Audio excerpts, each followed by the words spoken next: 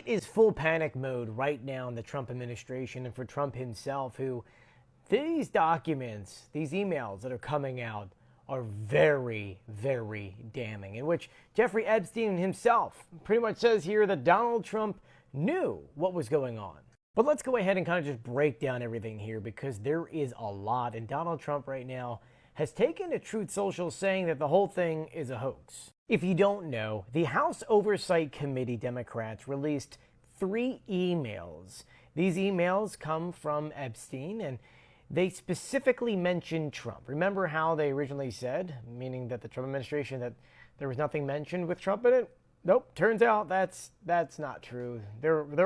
He's mentioned in these. And as this was happening here, the GOP-led committee dumped a much larger batch of information, and right now reporters are still going through the information even at this hour. So let's talk about the first 3 emails, and I apologize if this video is going to be long. I'm finally diving into this. The first one comes from Epstein back in 2011, in which he says that Trump is the dog that has not barked. This is a phrase that you're pretty much used for someone who basically is like mysteriously quiet. And in that email, Epstein goes on to say that a woman, in which this says victim here, they're not releasing who that person is, had spent hours with Donald Trump.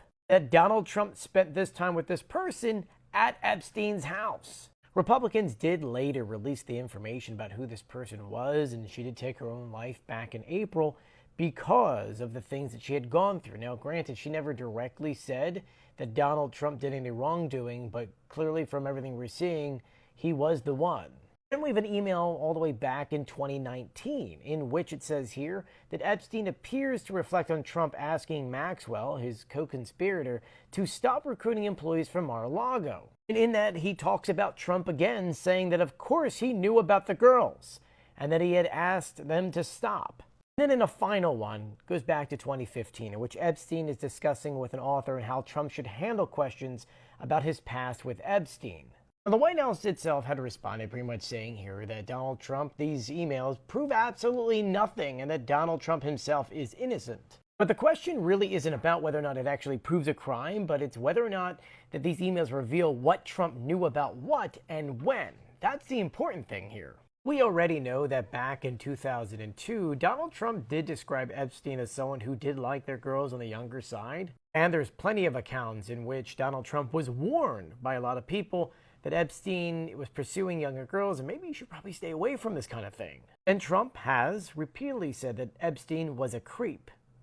But, and this is the one thing you have to think about, he never went into detail about what he was actually talking about. Why was Epstein a creep? And yes, Trump also acknowledged in the past that, well, Maxwell was going after his employees at Mar-a-Lago. That was something I think was brought up a while ago. And Trump did say that he didn't know why Maxwell was recruiting such people, but Epstein's own email from back in 2019 pretty much indicated that Trump knew exactly what was happening here. But one of the biggest things I really want you to pay attention to is remember that Maxwell not too long ago gave a testimony in which he said that Trump had never spent time at Epstein's house. I mean, she went as far as pretty much to downplay the relationship completely, yet those emails contradict everything. But here's the deal, and this is the one thing I really wanted you to take away from all of this.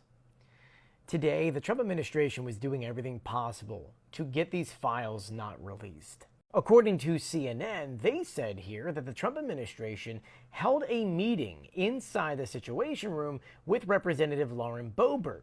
This was the person who was backing the bipartisanship movement to release all of the Epstein files. They were trying to do everything possible to get these files to stop from coming out, because even though Donald Trump says what's coming out right now, it's all a hoax and all that, they look really bad.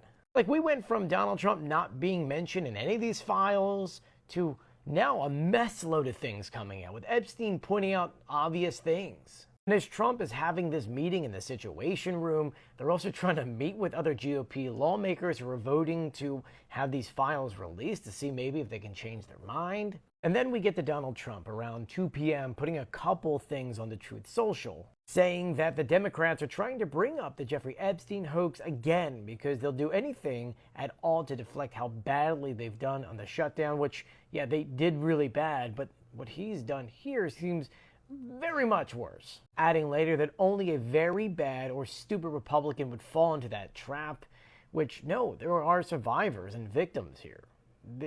This is a real thing, and there were so many people who were affected by this. He later added there should be no deflections to Epstein or anything else, and any Republican involved should be focused only on opening up our country and fixing the massive damage created by the Democrats. Then a half an hour later, he wrote, in other words, the Democrats are using the Jeffrey Epstein hoax to try and deflect from their massive failures, in particular the most recent one, the shutdown.